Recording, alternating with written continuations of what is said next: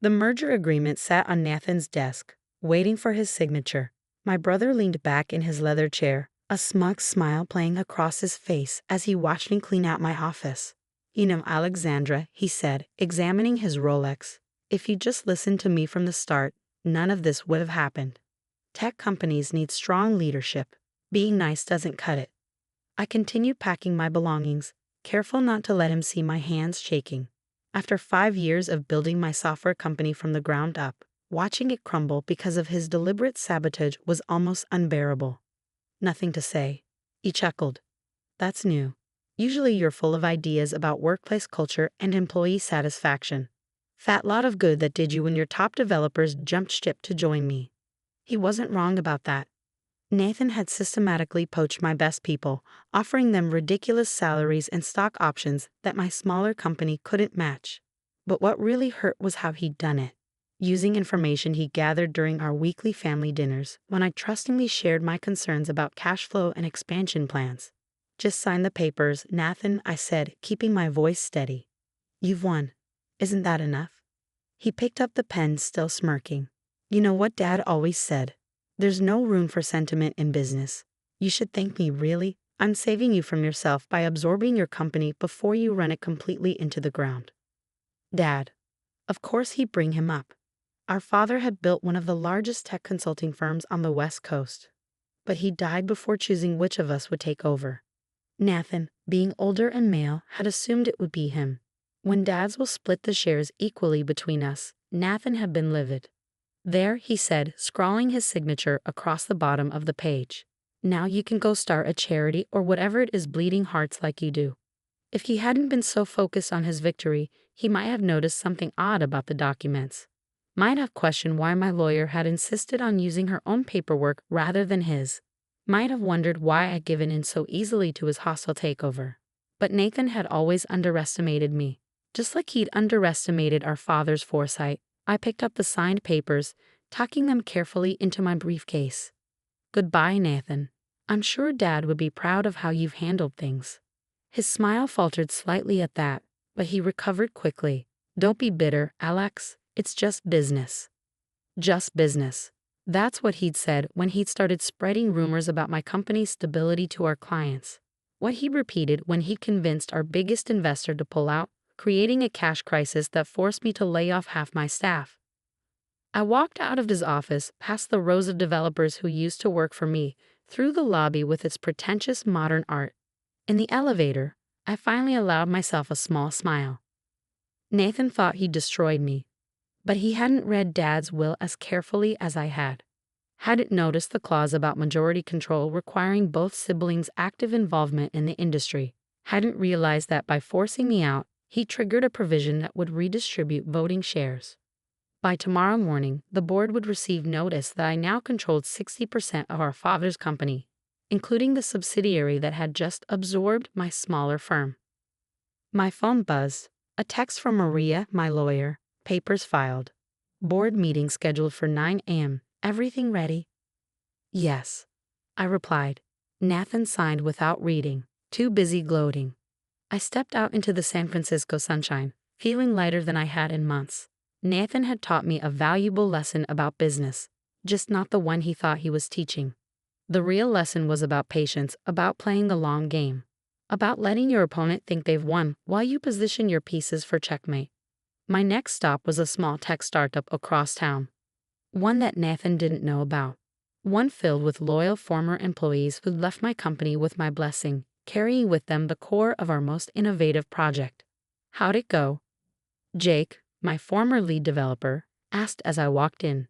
I handed him a USB drive. "The merger's complete. Start implementing the integration protocol. By this time tomorrow, Nathan's entire system will be running on our architecture." Jake grinned. "He still thinks we're building a social media app." "That's what all the paperwork shows," I confirmed. He was too busy destroying my company to notice what we were really developing. The truth was, while Nathan had been focused on hostile takeovers and corporate raids, my team and I had been creating something revolutionary, a blockchain-based security system that would make our father's old consulting business look prehistoric. I sat down at my workstation. fingers flying across the keyboard as I began the final phase of our plan. On screen, lines of code scrolled past. The foundation of a new kind of company, one built on collaboration rather than competition. Nathan thought he'd written the last chapter of our story. He was wrong. This was just the beginning. The next morning, I arrived at the board meeting early, taking my seat at the far end of the conference table. One by one, the board members filed in, followed by Nathan, who barely glanced in my direction. "Before we begin," I said as Nathan opened his mouth to speak, "there are some ownership changes that need to be addressed." I nodded to Maria, who began distributing documents to each board member. Nathan's face darkened as he scanned the first page. "What is this?" he demanded, his voice rising. "These numbers can't be right." "They're quite accurate," Maria replied calmly. "According to your father's will, if either sibling is forced out of active industry participation, their shares in the parent company are automatically redistributed. By orchestrating the hostile takeover of Miss Carter's company, he triggered that clause." The blood drained from Nathan's face as he flipped through the pages. "This is ridiculous. I didn't force her out. She signed the merger agreement voluntarily." "An agreement," I pointed out, "that specifically required me to step down from any executive role." "Your words, if I remember correctly, where there's no place for your management style in my organization." The board members were muttering among themselves now, reviewing the documents with increasing interest. Nathan's hands were shaking as he reached the final page. "You planned this?" he accused, pointing a finger at me. "You set me up."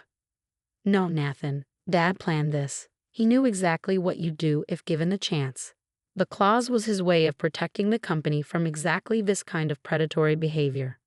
I stood up, walking to the head of the table, his spot.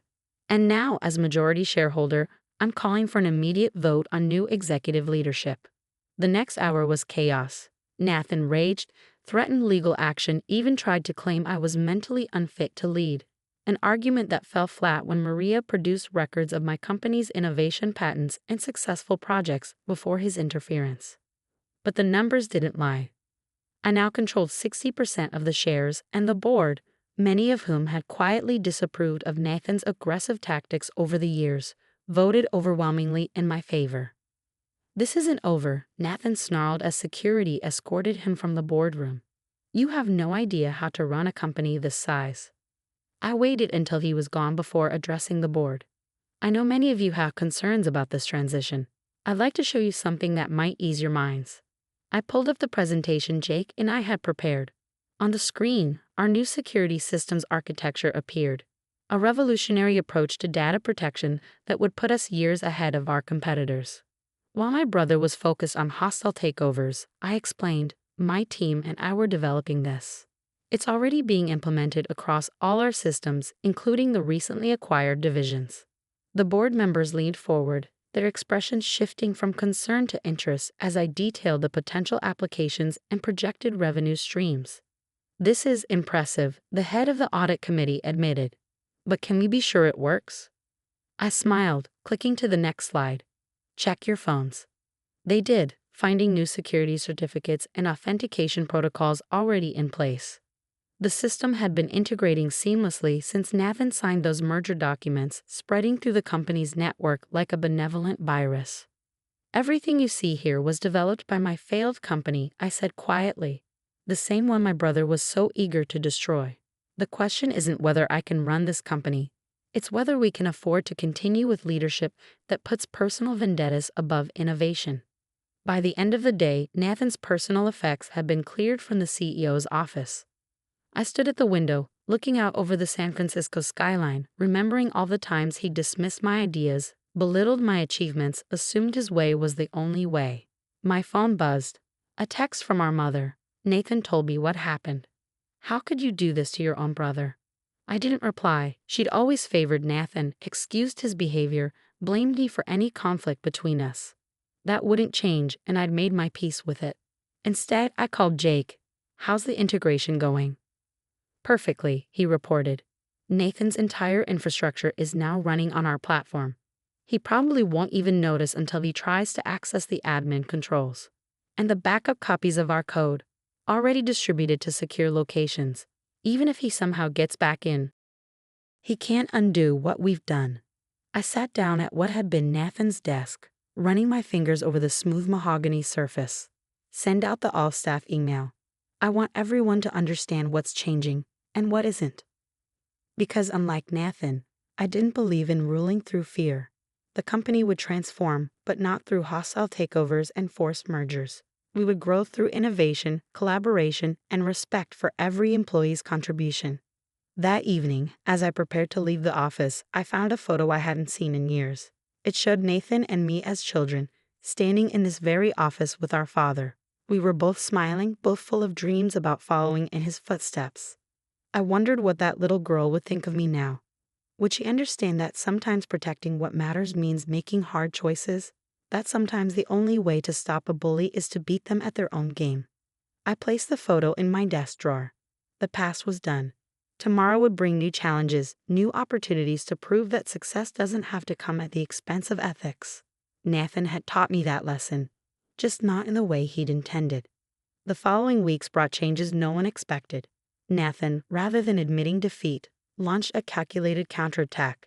He reached out to every major client, every investor, trying to undermine my leadership, but he found a different company than the one he'd left behind. Our new security system had already impressed the biggest players in Silicon Valley. 3 major tech firms reached out about licensing agreements within the first month. The stock price soared as news of our innovation spread. But Nathan had one last card to play. "Ms. Carter," my assistant said one morning, "your mother's here. She's demanding to see you." I looked up from my computer to see Mom striding into my office, Nathan close behind her. She carried a folder I recognized. Dad's old medical records. "This has gone far enough," she announced, slapping the folder on my desk. "Your father wasn't in his right mind when he wrote that will. We have proof." I opened the folder calmly. Inside were Dad's neurologist reports from his final months. Nathan had highlighted certain phrases: early cognitive decline, possible impairment in judgment. "You really want to do this?" I asked, looking between them. "Drag Dad's memory through the mud to satisfy your ego." "It's not about ego," Nathan snapped. "It's about what's right. Dad built this company from nothing. He wouldn't have wanted some bleeding heart idealist turning it into a charity case." I pulled out my laptop, typing briefly before turning it to face them. On screen was a video. Dad, in his study, recorded just weeks before his death. "If you're watching this," he began, his voice clear and strong, "then my children have finally shown their true colors. Nathan, your sister isn't the weak link you think she is. Alexandra, your brother isn't the leader he pretends to be. I split the company because neither of you was ready to run it alone." Mom sank into a chair, her face pale. Nathan remained standing, his fists clenched. "The redistribution clause wasn't about punishment," Dad continued. "It was about protection. For the company, for our employees, and for both of you. Whoever's watching this now has proven they understand what real leadership means." The video ended. The silence in the office was deafening. "He knew," I said softly. "He knew you tried to take everything, Nathan. And he knew I'd have to learn to fight back." "This changes nothing," Nathan insisted, but his voice lacked conviction. "The board has already seen this," I interrupted, "along with documentation of every underhanded tactic you used to sabotage my company. Would you like them to see these medical records too? To know you were willing to destroy Dad's reputation just to regain control?" Mom stood up suddenly. "This isn't what I wanted," she said, her voice shaking. I thought if you understood about Dad's condition." "You thought wrong," I replied firmly. "It's over. Both of you need to accept that." Nathan stormed out, but Mom lingered. "He's still your brother," she said pleadingly. "Yes, he is. And when he's ready to accept that we're equals, maybe we can rebuild something. But not until then." After they left, I sat at my desk for a long time, thinking about family and legacy and the price of success. The company was thriving. Our security system was revolutionizing the industry. Our workplace culture was attracting top talent, and our stock price had doubled. But the cost had been high. Family dinners were a thing of the past. Mom barely spoke to me. Nathan, well, last I heard, he'd moved to Austin to start over. 6 months later, I received an unexpected email from Nathan. "Alex, Dad was right. About everything. I'm not asking for forgiveness or a role in the company. Just wanted you to know that you proved me wrong. You're a better leader than I ever was, Nathan. I didn't reply immediately. Instead, I forwarded him our latest project proposal, a startup incubator program focusing on collaborative tech innovation, the kind of project he'd always dismissed as wasteful. His response came within hours. Need any advisors? It wasn't an apology, but it was a start. Sometimes I realized victory isn't about destroying your opponent. Sometimes it's about showing them a better way to play the game. Today, the company is stronger than ever. Nathan consults occasionally, bringing valuable insights without trying to control everything. Mom's starting to understand that business success and compassion aren't mutually exclusive. And that video from Dad? I keep it on my desk, a reminder that true leadership isn't about power or control. It's about building something that lasts, something that makes everyone stronger.